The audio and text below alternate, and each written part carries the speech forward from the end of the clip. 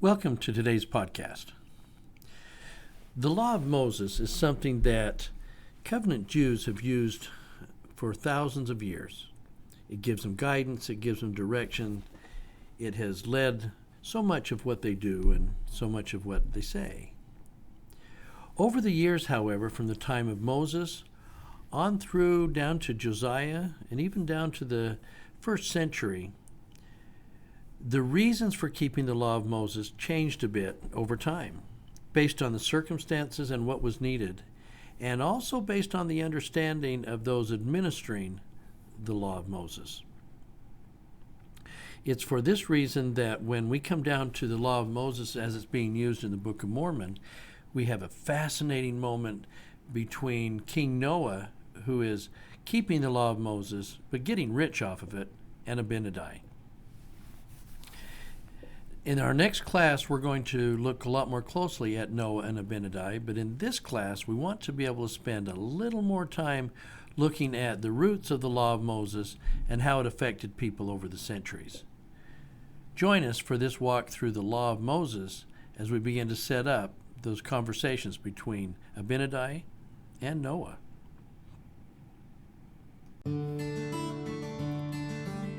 And welcome to another Monday morning Book of Mormon class with Kevin Hinckley. Recorded live, we dive deeply and deliberately into this inspired scripture. How far we get in one class depends a lot on the material and the doctrines left for us by ancient prophets. A single chapter may occupy one class or many. Of course, opinions expressed by the teacher or the class members do not constitute official church doctrines. Join us in this adventure and discover the hidden treasures found within its pages. And now, on to the class.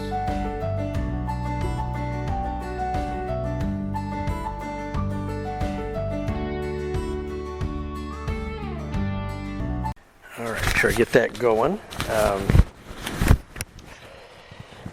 Okay, recordings of this class actually going down to all over into Africa and all kinds of places. The podcast is kind of having some outreach. It's kind of fun. Okay, that said, let's go ahead and get going. I want to point out that the timing on this class, we're not going to completely dive into all of Abinadi and King Noah probably until more next week. We'll start touching on it. But the timing on this is kind of fun because this past week is just kind of wrapping up in Israel for High Holy Days. And so you'll go through Rosh Hashanah, and then you take a few days, and then you're going to do Yom Kippur. It's kind of New Year's celebration kind of thing. Then there's a break of a few days. And then they've just completed Sukkot, with the Feast of Tabernacles. And so at that point, you'll have 100,000 Orthodox Jews descend on the Western Wall, and they're going to bring, and again, the Feast of Tabernacles is celebrating several things, and modern Sukkot celebrates several things. One, it's celebrating that they were brought safely out of Egypt, and they had to live in little tabernacles during that time. So if you are a practicing Jew, you might build a little shelter in your backyard. It's got to have some holes in it so you can see the stars at night. But people will come, and you kind of hang out there during the week, and people will come to visit you, and you go out and you sit under the Sukkot, and you have like little tea and crumpets kind of thing. You know, you're going to have little celebratory welcome your friends. It's kind of a fun thing. So in Sukkot, they're celebrating Feast of the Tabernacles. But these days, it's also the understanding is that it is combined with the belief that this is the day that we're celebrating the law being given on Sinai. So the law is being given, and then on top of that, it's the high priestly blessing that you can find in Deuteronomy 33. I'm trying to remember if we're going to get to that, but where Moses, before he dies, before he's taken up, gives a blessing to the tribes. And by almost like a patriarchal blessing to each one of the tribes. And that's the priestly blessing. So what happens is, and you can't necessarily see it in this picture, generally there will be kind of one of the main rabbis in Judaism will stand up nearly the wall and he will pronounce a blessing on everybody, and they all want to kind of be there for that. And what you can't tell is when it gets close to that priestly blessing, they will all take their shawls and they cover their head. It's like they've created their own little shelter there at the wall. So it's a pretty joyous moment when everybody is there for that. So against that backdrop and the timing of all of this, I thought I would, as we're going to. So I will apologize. We're going to do a little bit of a history lesson today, but we'll kind of go from there. Yeah. So this high priestly blessing that they pronounce, is it anything new or prophetic, or is it just like a written, repeated phrase? Yeah, and just kind of they're being reminded of that blessing. I think they're quoting from Deuteronomy. Because hang on to that idea, because remember, part of what came out of the Josiah reforms is we're not getting a lot of new stuff, just interpretation of the old stuff. You don't want the new stuff because that could mess with things, right? So let's just back up just a little bit. Just a little history on the law of Moses. Again, this is the day, Sukkot, that they're celebrating that the law of Moses was given, and as we know, that law was given after they had an opportunity to greet God, come to Mount Sinai, be in His presence. They kind of reject that, and it's like in Exodus, they said, "No, you guys go. Moses, you go take care of it. We'll hang back here. That's kind of scary, all that lightning and smoke and thunder and flames, and we'll just hang back here." Okay, and then while Moses is doing that, of course, we know the whole story. You've seen the Ten Commandments. You know kind of how that works. So he's going to come back, and what we're going to get is the law of Moses, which ends up being the Aaronic priesthood. Section 84 tells us that Aaronic priesthood is for repentance and baptism. It's the preparatory gospel. Now, what the Bible doesn't give us is what was further revealed to Joseph Smith, and that was that a major part of the law of Moses was to help prepare the people for Christ. That everything in the law was specifically pointing towards the coming of the Messiah and of the Savior. Now, again, that's long gone from the Old Testament, but we got it through modern revelation, okay?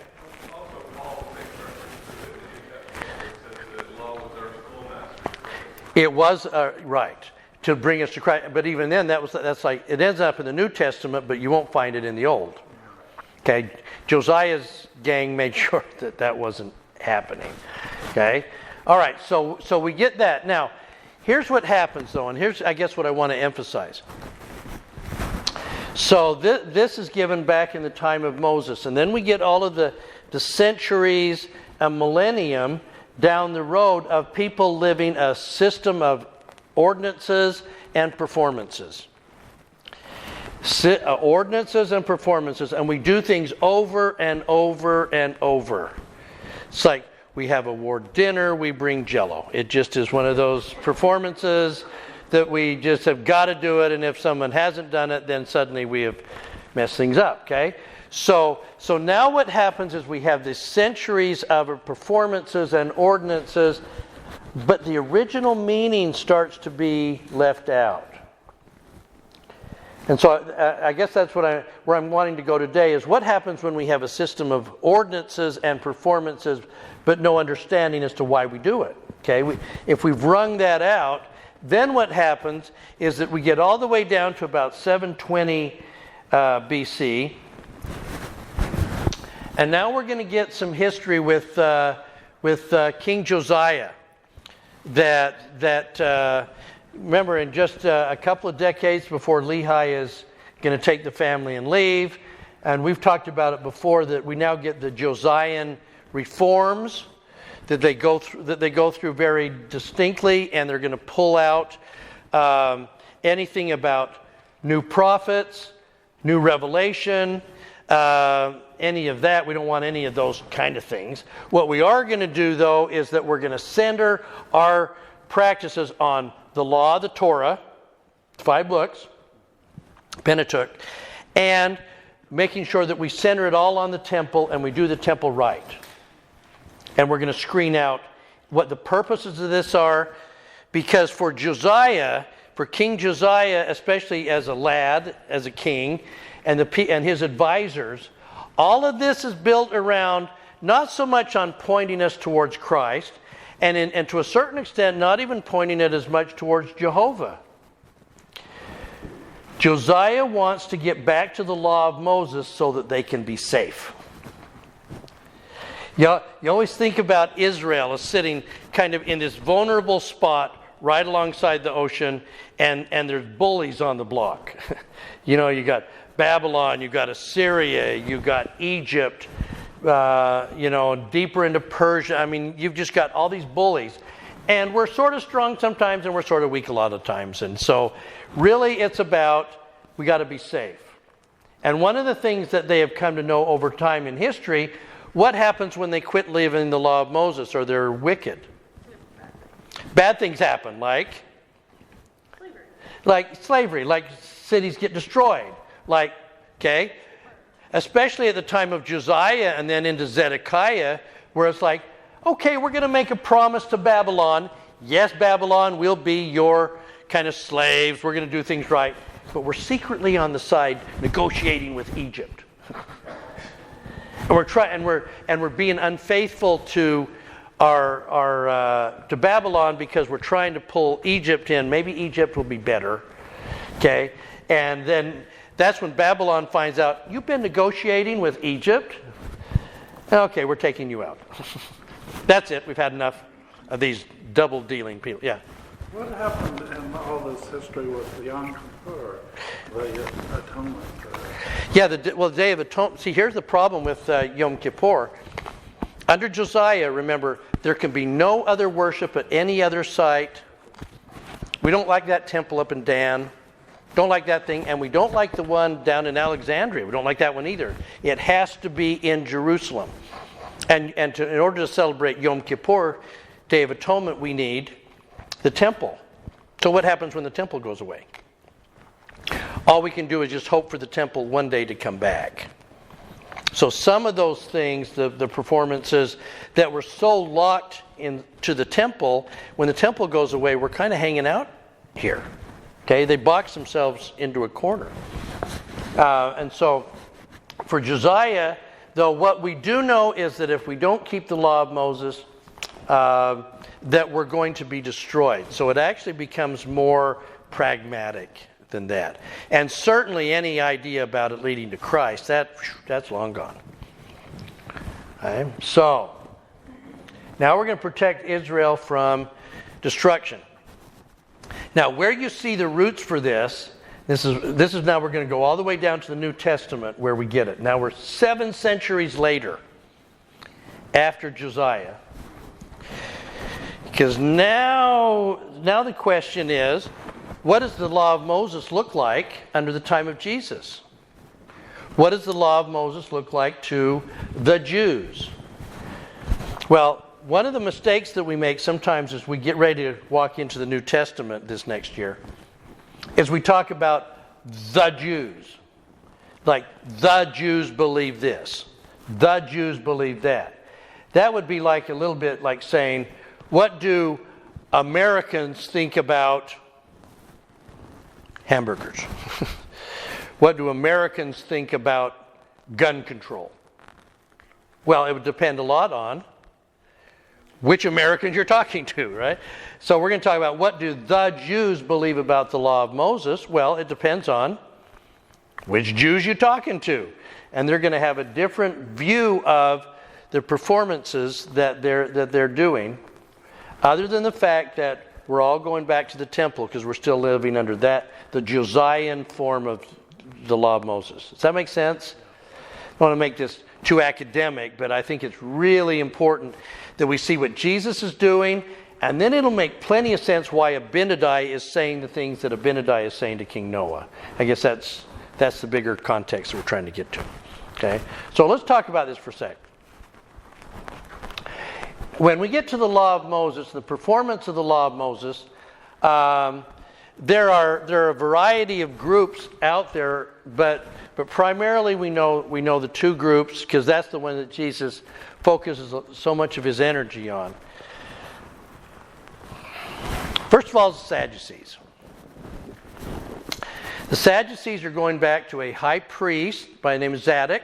So this is like the Zadducees. And for the Sadducees, and I'll show you this in a second. For them, it's like the law of Moses becomes almost it's a money generator.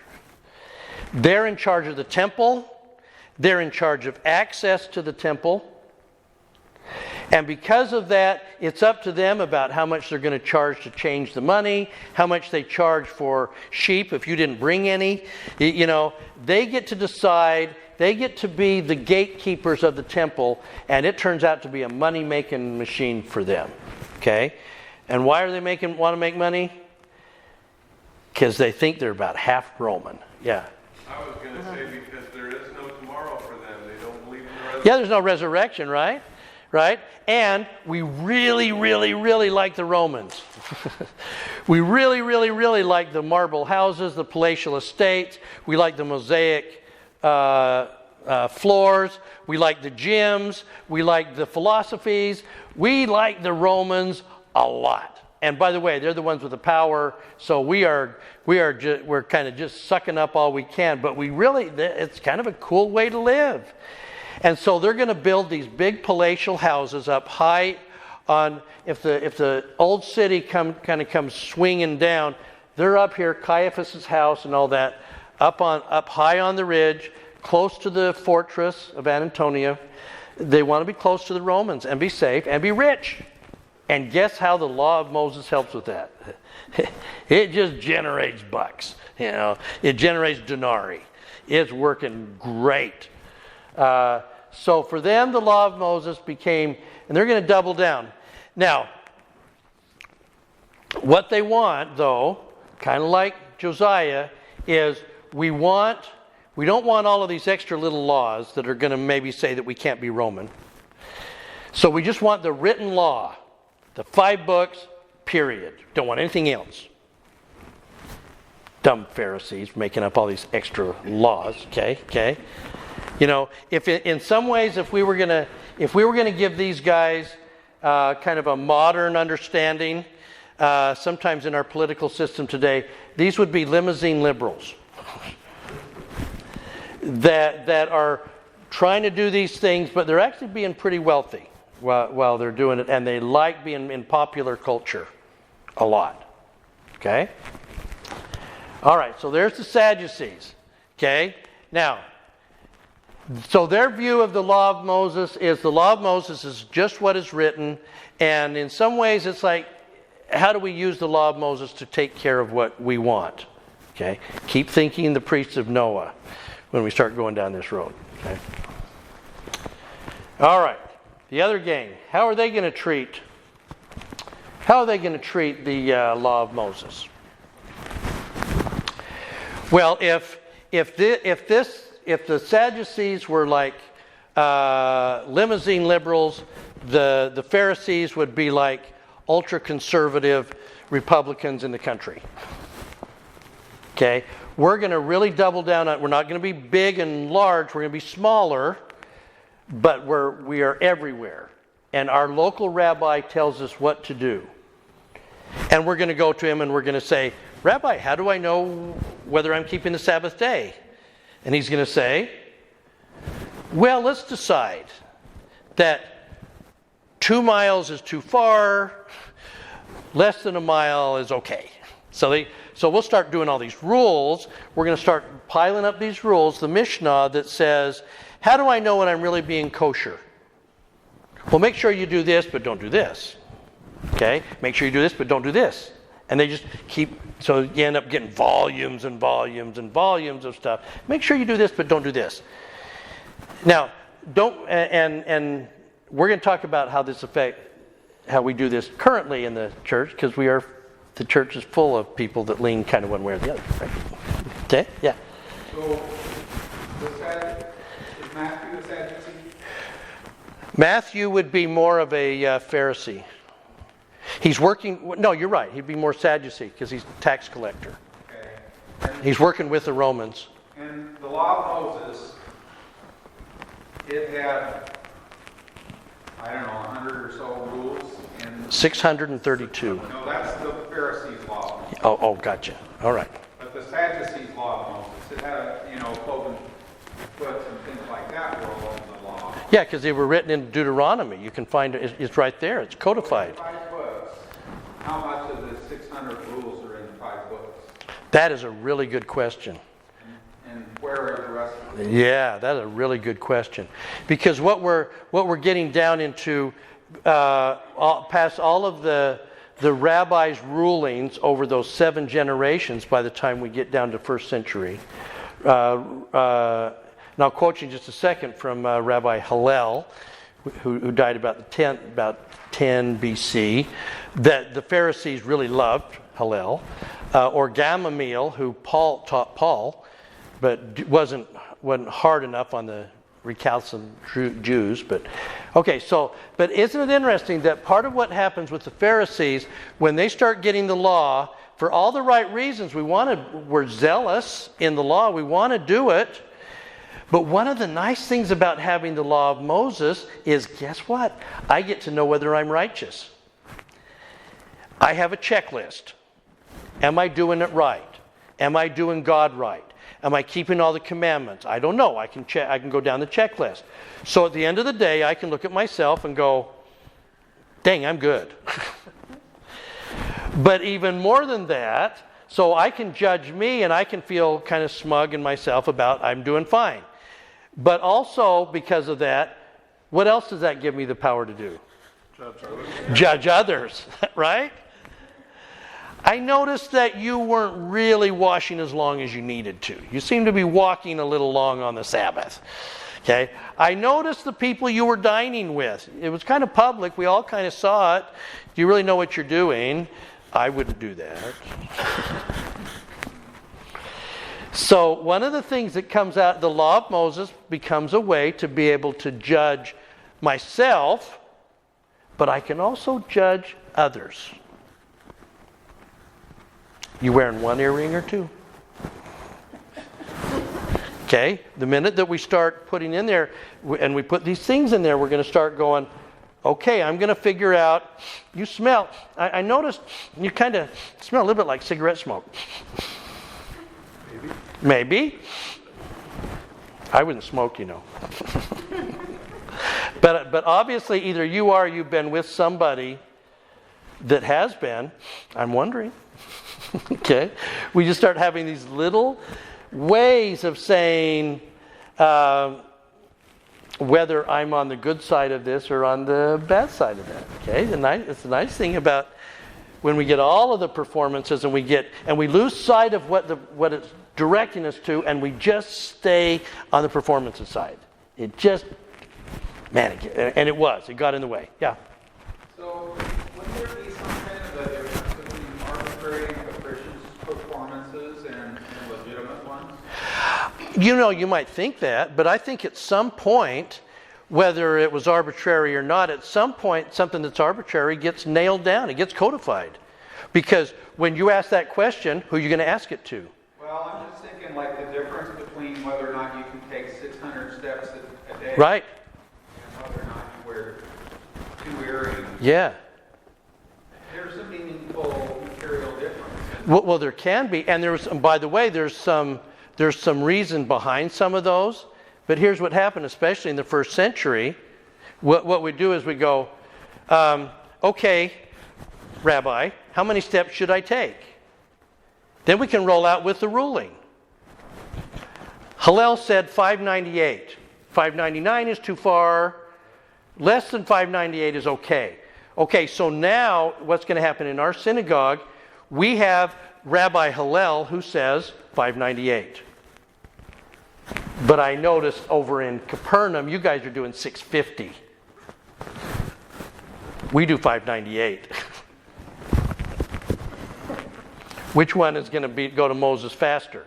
The 650 or the 598s? Because we now have a ruling that has split that hair. Okay, we're just going to get caught up in all of the, right? Again, not that we do that today. Yeah. So when they spend most of their time counting steps or whatever, I mean, how could you possibly know how many steps you took without just focusing on that? Okay, hold on to that. Rabbi, we're having a hard time knowing how many steps we took. How do we make sure, because we don't want to have gone too many steps, because then that would put us on the bad category. So how are we going to know? A rope with knots. You could do a rope with knots. That would be one way to do it. That's kind of what they do in Capernaum, but we know those guys. Right? Those guys. Okay? Rabbi, wouldn't it be easier if we just didn't walk at all? Wouldn't that work? We're just not even going to go outside our house, and that way we make sure.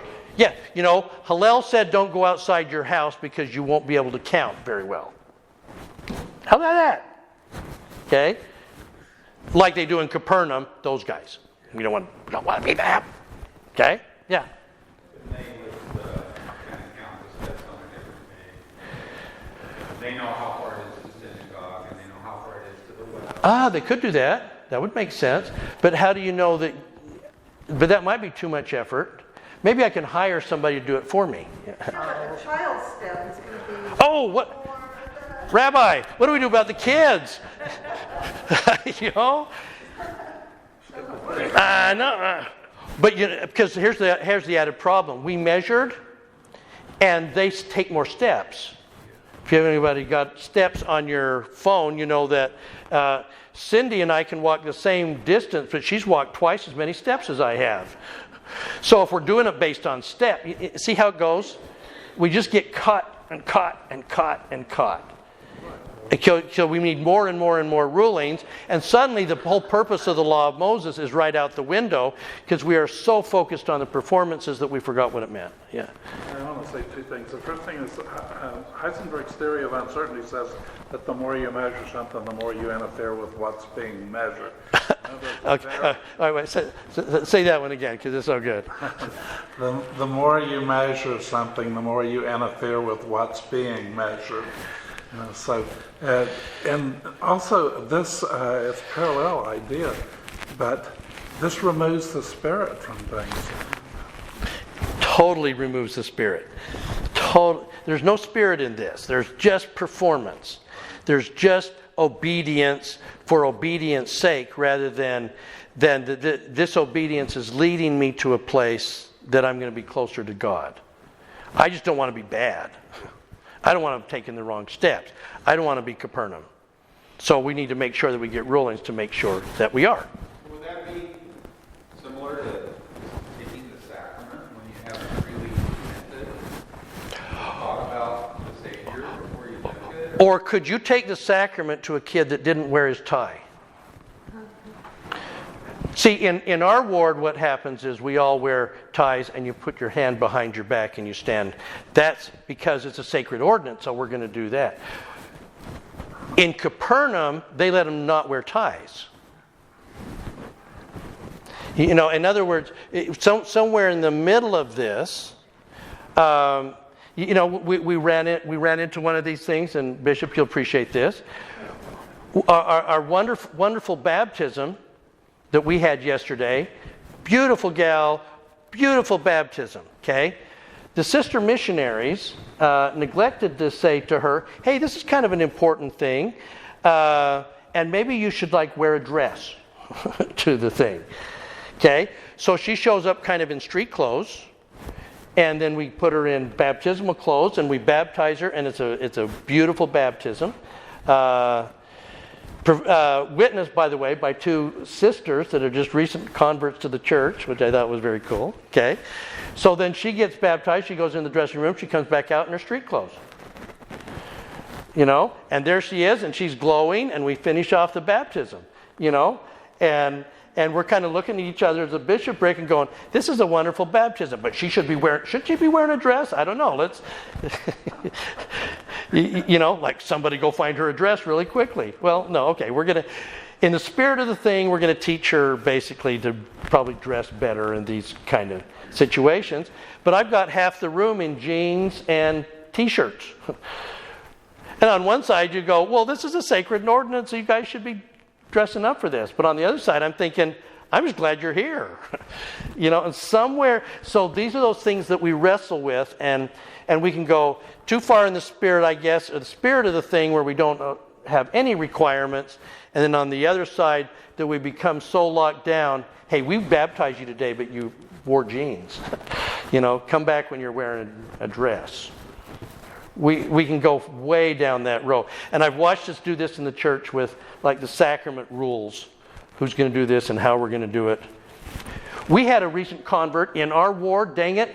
He's a recent convert. We gave him a chance to bless the sacrament, and he blessed the bread and the water. It's not how it works. It should be split. Okay, yeah. Just a thought here. Yeah. In today's world, you don't worry too much about the dress. When someone who is transgender shows up in the temple, the proper temple recommend what you do. Let him in, right? And if someone who, by the way, according to the church handbook, if somebody who's transgender shows up at the temple and says, my name is Lucy, what are you supposed to call him? Lucy. Wait a minute. You can't show up with a proper temple recommend if you're transgender. You can show up with a proper temple recommend if you have same gender attraction. If somebody shows up who's transgender in a ward, do you call him Mike or do you call him Lucy? I don't know. You call him Lucy. You know, no matter how we feel. That's what I'm saying. We start wrestling with issues, and I'm not saying there's answers to this. I'm just saying that one of the things that we struggle with as we're trying to balance like a law of Moses set of performances versus the spirit of it, and we're trying to say, and so we've got rabbis in the past who would issue a ruling, that's the way it was. We sort of do that sometimes with apostles. You know, by the way, do you know that J. Reuben Clark said the King James Version is the only Bible we should use, period. Everything else is like a mockery. Except when President Uchtdorf is using the NRSV in his talks.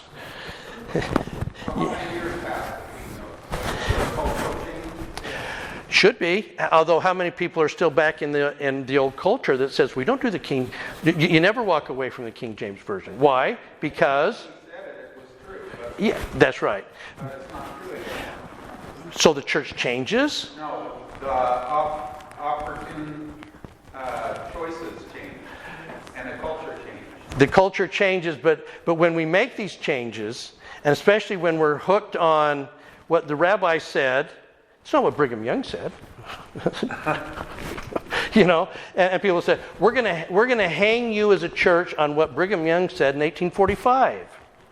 As opposed to saying, maybe there's modern revelation and the church gets to grow and knowledge gets to grow and it's part of a past culture. Well, policies is one thing, doctrine is another thing. Brigham Young Yeah. coming out with different doctrine. I know, like blacks shouldn't have the priesthood. That's doctrine. That was not doctrine. It wasn't understood as not doctrine until 1978. Up to that point, on my mission, I was told by Bruce R. McConkie that was doctrine. And then he had to say, you know what? Now that Joseph Smith ordained blacks to the priesthood. Well, yeah, we're not quite sure about that. We haven't really researched that. Okay? All I'm saying is that it's amazing how many times we have these things that we start codifying, and then we try to lock in prophets to say, you know what? The present prophet is allowed to receive revelation, and it might contradict or go a little bit against what we had in the past. But when we're stuck in kind of a law of Moses mentality, we're like on that day in 1978, in my grandfather's ward, they announce that this is the change that has come, and the great and wonderful, marvelous day and everything. Brother stands up in my grandfather's ward in Sacramento. That's right. And he goes, I can't support this. This is just wrong. Yeah, and out he went. You're right. Okay? So, yes, I don't necessarily like that very much. Okay, so let's do this. I want to kind of show you how it hits. So this idea of the law of Moses and how we interact with the law of Moses, I want to hop over here, over to Matthew 23. And again, we're still on our way to King Noah. We're not there yet. Be more next week, but we're trying to get there. Okay, but I do want to set the stage. Matthew 23 is wonderful at this very moment. This is like the last week or so of Jesus' life. Jesus makes a triumphal entry into Jerusalem, and this is Passover, but the people, weird, start breaking out palm fronds and all that kind of thing, acting like it is Feast of Tabernacles and a king is entering, because he was. Okay, they weren't supposed to be doing Sukkot in April, but they were. So he makes his triumphal entry. The first thing he does is he shuts down the temple by overturning the tables. This wasn't just a little rageful act on Jesus' part. This was a coup. And let's not make any mistake about what happens if you can't exchange money and you're not able to buy animals for sacrifices. You shut down the temple. This would be like somebody sitting on the temple recommend desk in the temple and nobody can show their... The temple can't function without this stuff. Who, by the way, who's in charge of all of the gatekeeping? The Sadducees. You just messed with all the Sadducees. There'll be no buying or selling today. And he's got a whole massive group of people with us. This is like a mass sit-in in the temple. They've shut it down. And all they can do is just wring their hands and go, now what do we do? I don't know. We can't take him now because the crowds will rise up against us.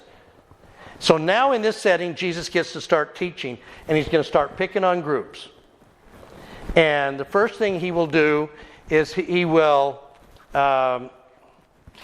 of all, he's going to blast the Sadducees. And then he's going to take on the Pharisees. It's like, I'm here. I don't have anything to lose at this point. I know what happens at the end of the week. Let's just get this done and on record. Matthew, you taking notes? Okay, here we go. Okay. So let's go over to... I want to go over to Matthew 23. Oh. Let me start in Matthew 22. This is great.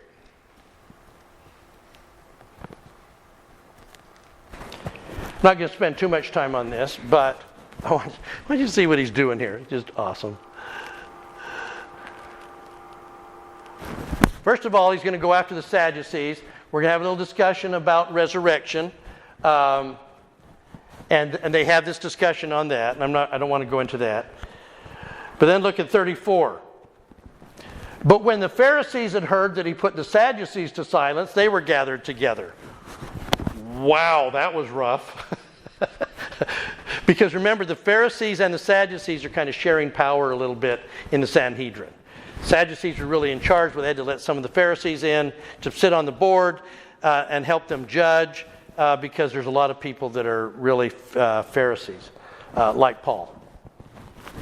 When the Pharisees had heard they put the Sadducees to silence, they were gathered together. Then one of them tempts him, saying, Master, what's the great commandment? We're just trying to nitpick here, right? Look at what he does. When Jesus responds, love the Lord thy God, love your neighbor as yourself. On these two commandments hang all the law and the prophets. All the law and the prophets. Look at what he's doing. This is actually a direct quote from Rabbi Hillel, one of their rabbis. If you're going to ask me as a Pharisee, I'm going to quote one of your rabbis on this. Okay, I can't really argue with that. And then they're going to gather together, and it's like, oh man, now what do we do? Okay, there's that battle. Okay? Now, so let's then hop over to Matthew 23. After he's kind of silenced the Sadducees, and then he silenced the Pharisees, and they really can't say anything. Now it's like with them a little befuddled, he then turns around to the crowd, and he goes, "Then Jesus spake to the multitude and to his disciples, saying, the scribes and the Pharisees sit in Moses' seat. Be thinking for next week, King Noah, and where were the priests sitting? They had seats specifically set up for the judges to judge the people of King Noah. And Mormon's going to throw his little commentary in there like, yeah, they built these really nice seats so they could spread lying words to the people. Mormon's like, but that's what they're doing here. This is part of that. And it's going back to the days of Moses judging Israel. The scribes and the Pharisees sit in Moses' seat. Now, I went through on the Hebrew on this with the help of Blue Letter Bible. And here's where this really, verse 3, this is what it really says.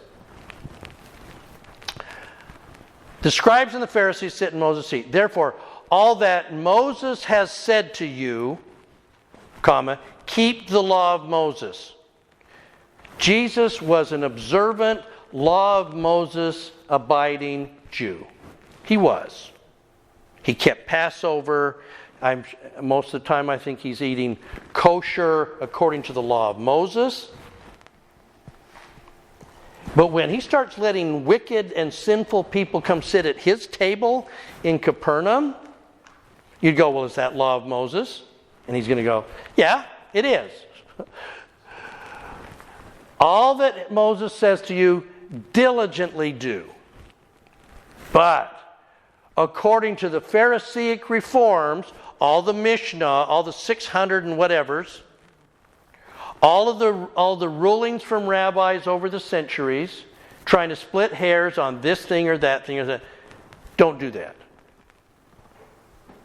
That's why on a Sabbath day, I can take my disciples and we can go from one city to another. As we're walking through the wheat field, we may grab some of the wheat and crush them and eat them as we go, because it's not in the law of Moses.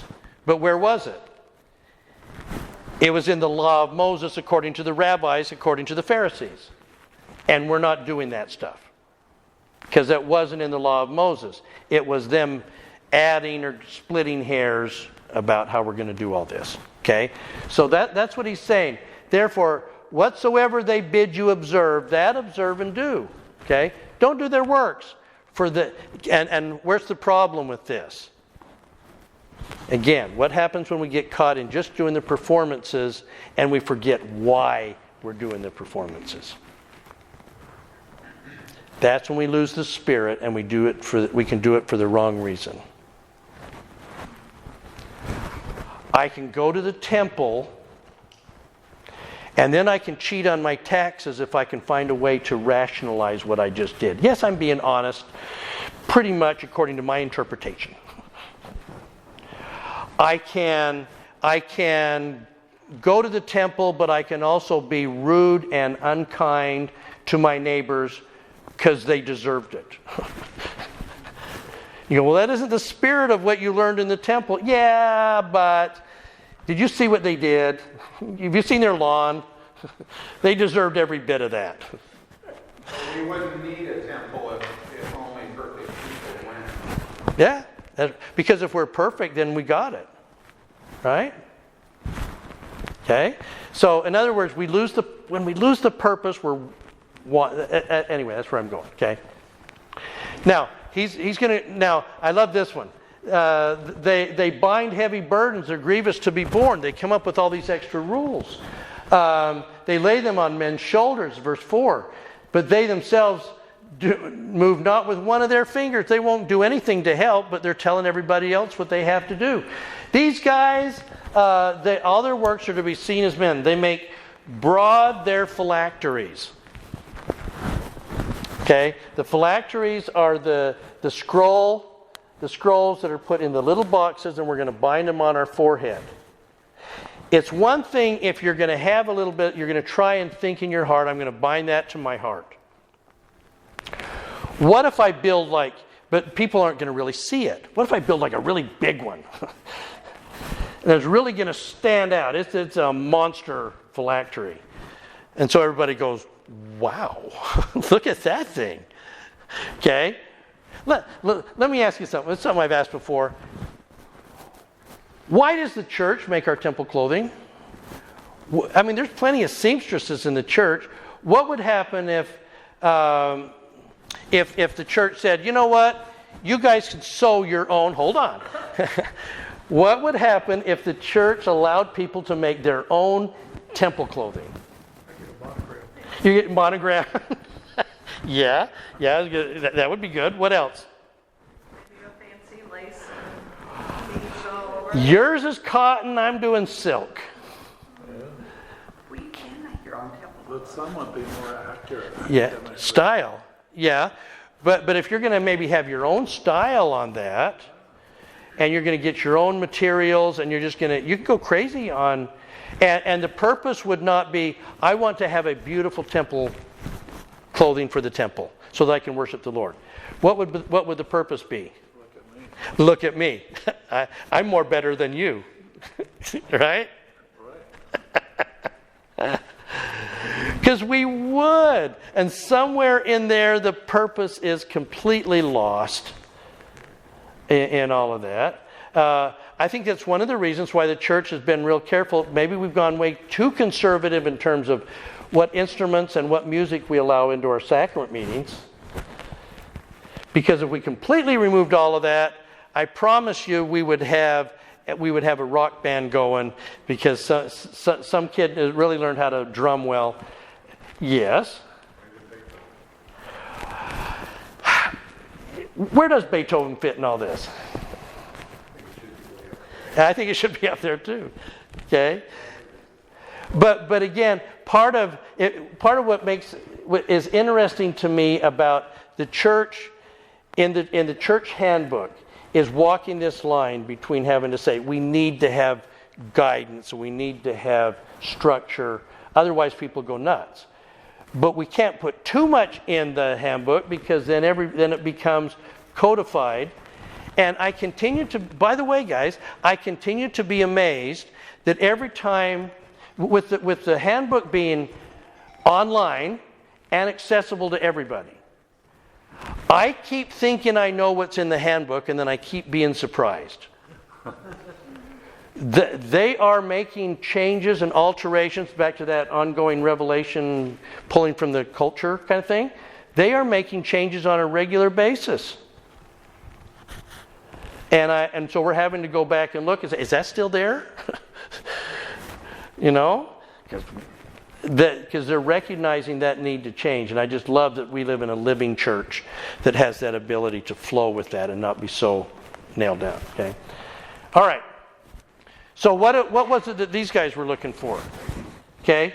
6. They loved the uttermost rooms at the feast and the chief seats at the synagogues. By the way, how do you think they got those chief seats in the synagogue?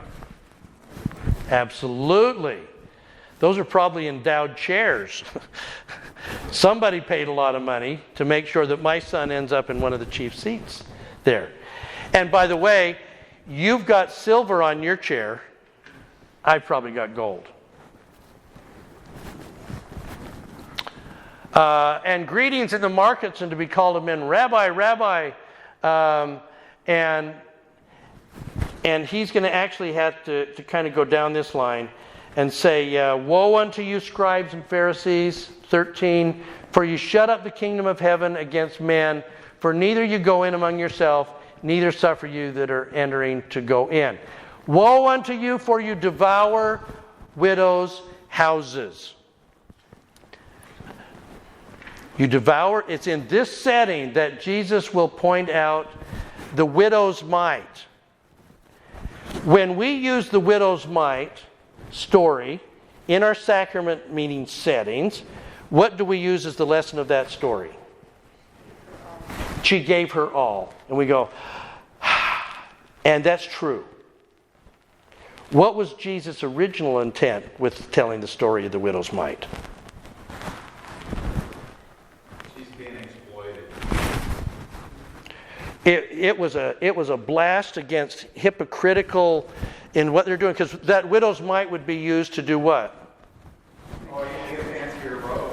Yes, you can. I can build a better mosaic in my house.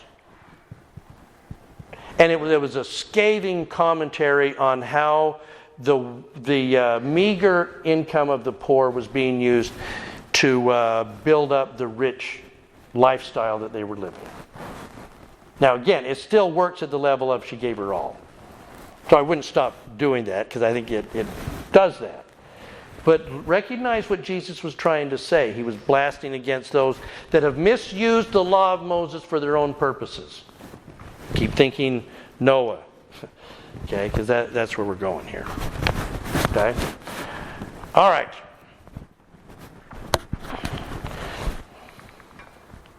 How are we doing so far? All right. So now let's go all the way down here to separated by continents. What was it that, in all likelihood, King Noah had access to, or Zeniff, or his people? What did they have access to in terms of what scriptures to use? They had copies of the breastplate. They did. They had copies of the breastplates. So, yeah. They don't yet have Jeremiah pushing back, because Jeremiah is still preaching out while they're leaving town, unless Lehi had brought with him some additional writing. If he'd known Jeremiah, maybe got some of that. Nephi says that the breastplates contain the prophecies of Jeremiah down to Zedekiah. Yeah, and they would have been prior to probably being published. They would have almost had to be private, because by the time that Lehi leaves, where are the scribes? Where are the priests? Where are the people that would have written it down? Well, the brass plates were a reference copy. They weren't everybody's copy. They were a current, updated thing. They were the master. They had to be, and the people. But by the way, the people that would have been writing those, they've already been hauled off to Babylon. That's already happened about 620. They're gone. They're gone. Okay, so they would have had private copies. You're exactly right. Okay, so for Abinadi then, what they've got is the law of Moses contained on what they had on the brass plates. Okay, so all along we've been asking, what was happening over the centuries is that the law was given for a specific purpose, to lead us to Christ. It was a system of performances. Then over time, each group is going to use it to their benefit, and they're going to twist it in their way so they can take advantage of that. So King Noah's law of Moses would have the same 100 or so rules that Moses gave. I believe that, yeah. And then it would have a couple hundred different rules comparable to the Mishnah. 500 extra rules that the rabbis. Absolutely. And whatever additional stuff that maybe King Noah, as a Noah, this is the new guy, he could have added additional laws. It says right here in the law, thou shalt tax your people 20% to build up a really cool temple. See, it's right there in the law. And then we're going to go to the judgment seats. What saith you guys? Yes, we should. It says right here in the law, tax 20%. Okay, that's what we're doing. Okay, we can add it. Okay, we're not messing with the law of Moses, but we're going to make the law of Moses work for us to get rich. That's how this works. Okay, so for them, the law of Moses is going to get utilized here. So the little bit I'm going to touch on this. Let's go over to Mosiah 12. All right.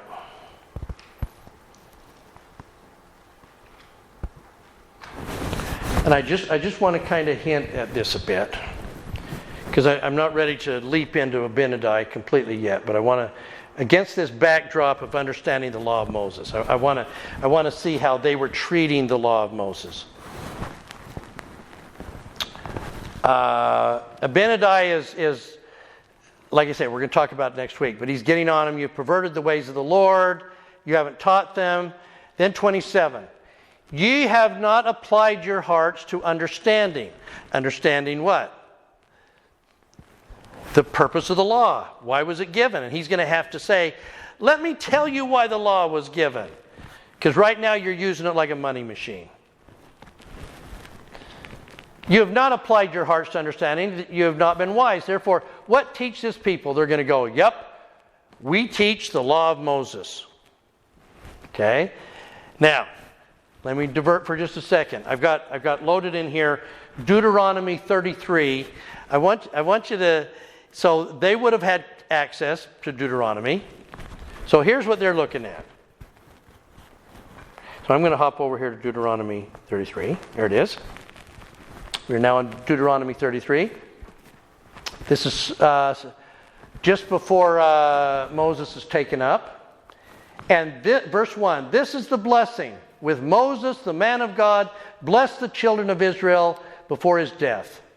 And he said, the Lord came from Sinai and rose up. He shined forth from the mount, and he came with 10,000s of saints from his right hand, and went a fiery law. Here comes a fiery law from God through Moses to you. 3, yea, he loved the people. All his saints were in thy hand, and they sat down at thy feet. Every one shall receive of thy words. Moses commanded us a law. This is the priestly blessing that they're celebrating at Sukkot. Because he's going to go tribe by tribe. 6, let Reuben live and not die. This is the blessing for Judah. This is for Levi. He's going to go all the way down the line. Okay? But Moses gave us a fiery law. Now, I'm now going to go back to Mosiah.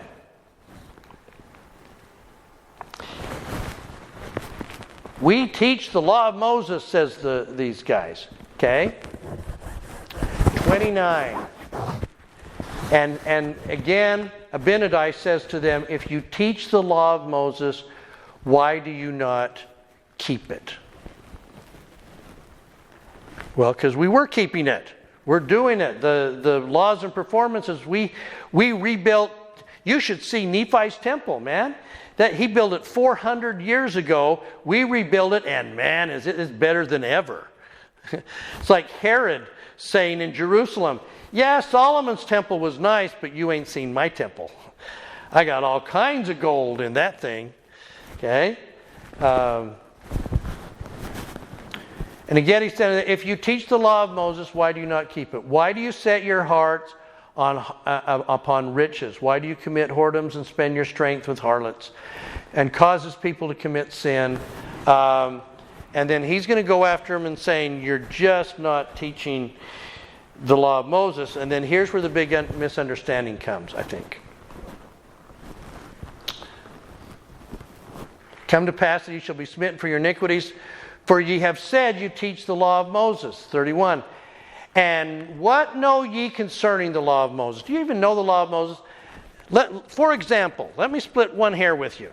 Does salvation come by the law of Moses? So, okay. And they would say, well, what say ye? Well, yeah, they answered. The salvation does come by the law of Moses. If we keep the performances in the rules that we have, we're saved. End of sentence. Even if we're robbing the poor, even if we're being unkind to our neighbors, even if we're doing all that and we have a reason and excuse to do that, if we're keeping the law of Moses, I am saved. Okay? Now, let me step out on real dangerous territory, and I'm going to do this advisedly, and Cindy's going to cringe. Can we treat the temple this way? Can we say we're keeping the performances, but somewhere in the spirit of this thing we've gotten lost?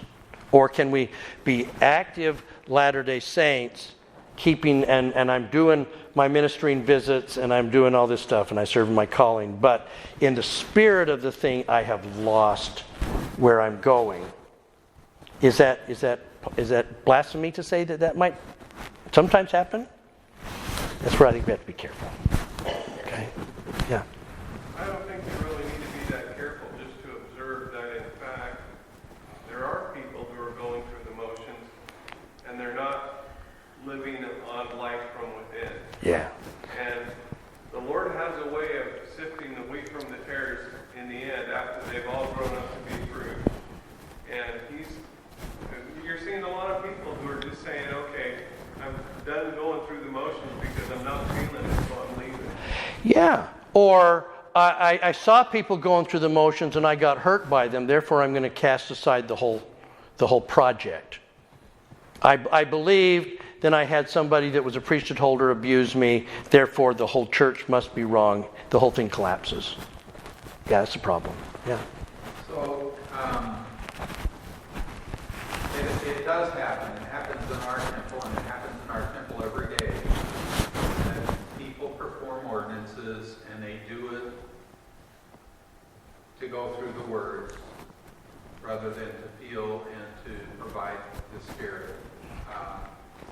It happens, but it also happens that every day that there are people that are performing ordinances by the Spirit, Yeah. and by the power of God.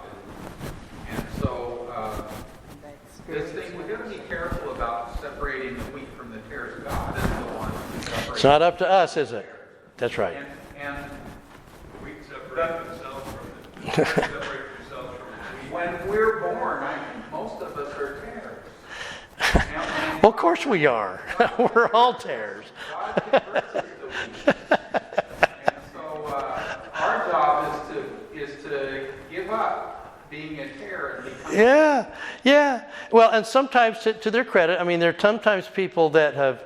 I remember as a missionary, I know why I went out on a mission. A, it was the right thing to do.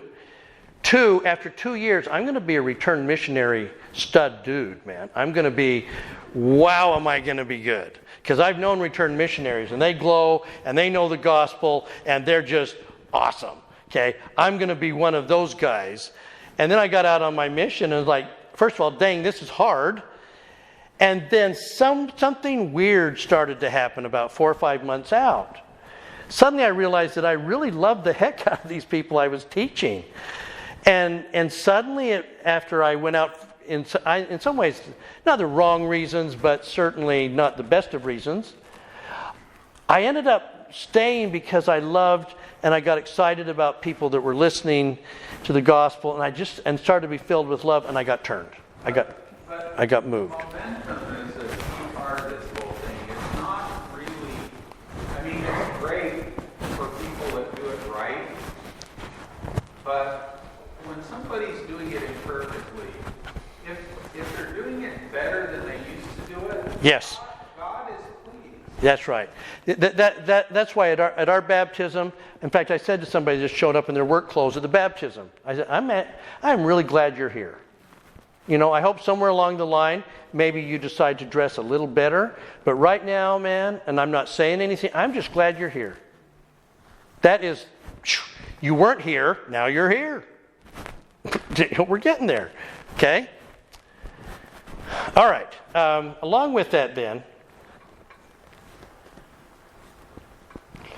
I love these words by, let's see. Okay. BYU professor Terrell Gibbons put it better than I probably could, and always does.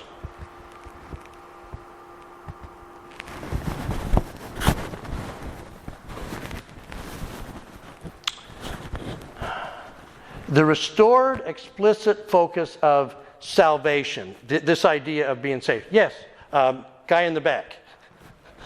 Can I make a comment related to what we were talking about a second ago? No, we're moving on. Oh. Go for it. So, with the way that we were framing, the way that this discussion was being framed was like,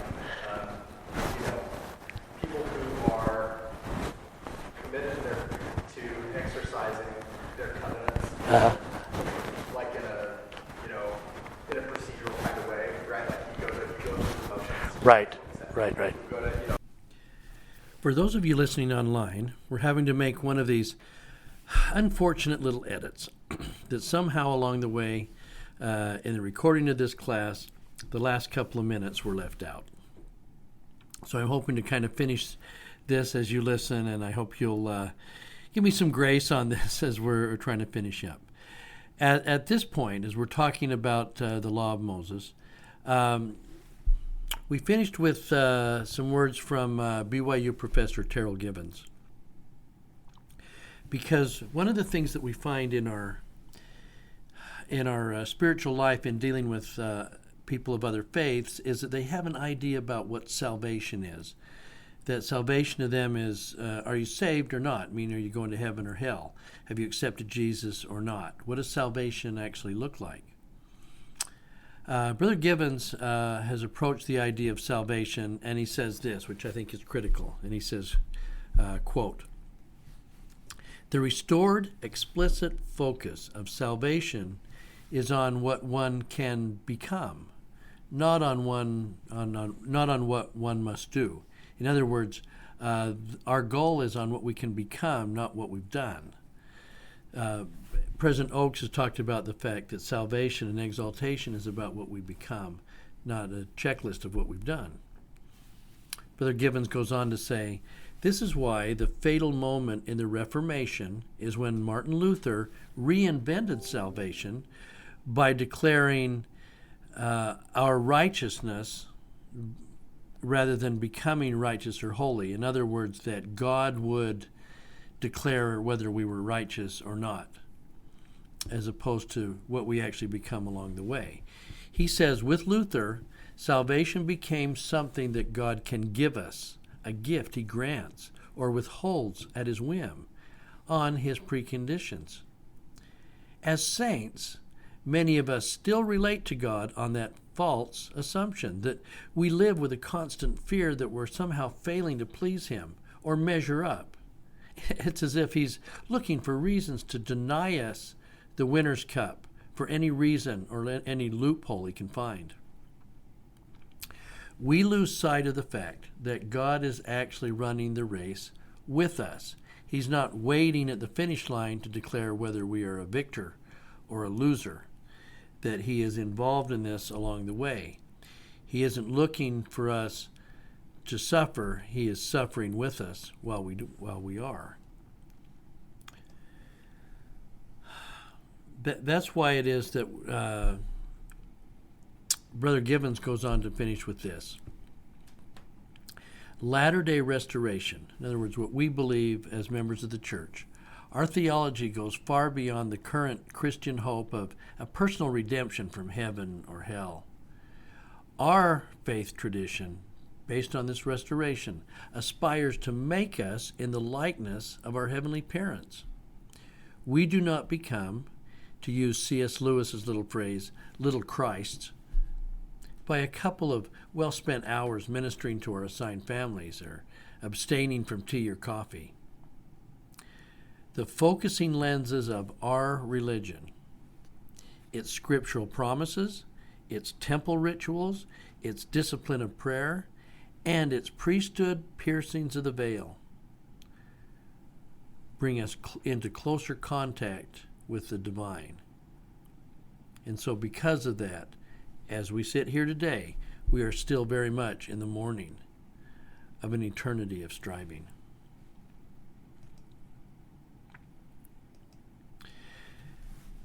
It is for this reason, then, that when we take a look at the performances of the gospel, that in some ways we can law of Moses up our gospel.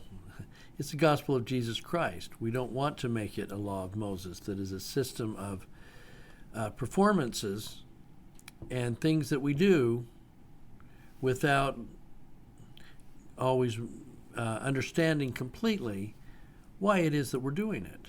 What is the focus of all of our performances? Is it not love? Is it not service? Is it not our transformation from who we were to what the Lord has in mind for us, and that is to be able to live comfortably in the presence of our heavenly parents. In order to do that, that takes this transformation. That's why I love very much when Brother Gibbons talks about the fact that we are still very much in the morning of an eternity of striving, slow process by which we become better. In the end, as we explore in our next class Abinadi and his conflict with King Noah, we're going to see where the law of Moses came into play. That the law of Moses was being used as a money machine and as a method of control. And sometimes in our own obedience, in our own gospel, we may use it as a way to control ourselves or sometimes others unintentionally. But the result is that we lose focus on what it's intended for. Our gospel, even though that it has our rituals and it has the saving ordinances of the gospel, are intended to transform us and lift us and change us from where we were to being in the likeness of our heavenly parents. The Lord intends for this to be so. He intends for us to be able to make these kind of changes, and by doing so, attain everything that He has in store for us. And I leave that with you in Jesus' name. Amen.